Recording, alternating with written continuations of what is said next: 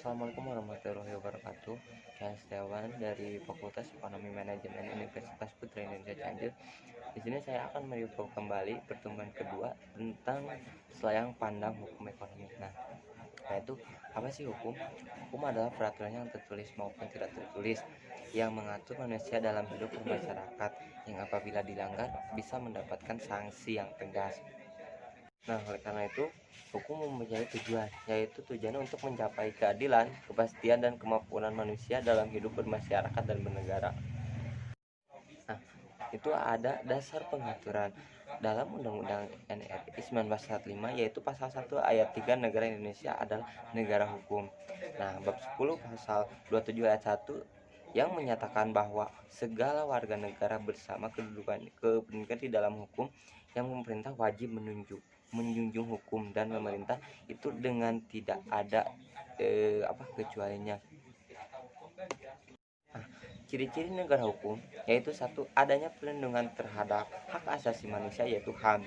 Yang kedua, adanya pemisahan dan pembagi kekuasaan pada lembaga negara atau menjamin perlindungan hak asasi manusia.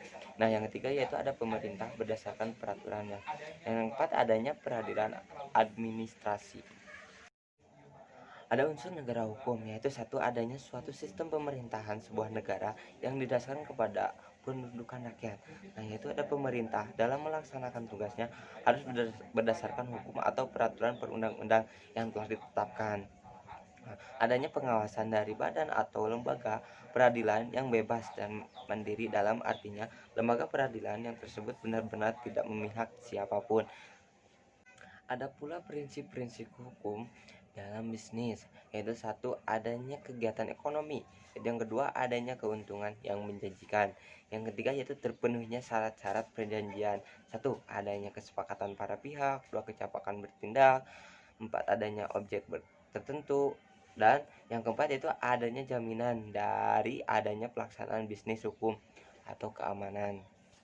Nah, dan yang terakhir yaitu ada hukum ekonomi. Hukum ekonomi adalah hukum yang mengatur distribusi atau pembagian sumber-sumber daya agar tercapai kesejahteraan yang berkeadilan. Cukup sekian review materi dari saya. Mohon maaf bila ada kesalahan. Wabillahi taufiq wal hidayah. Wassalamualaikum warahmatullahi wabarakatuh.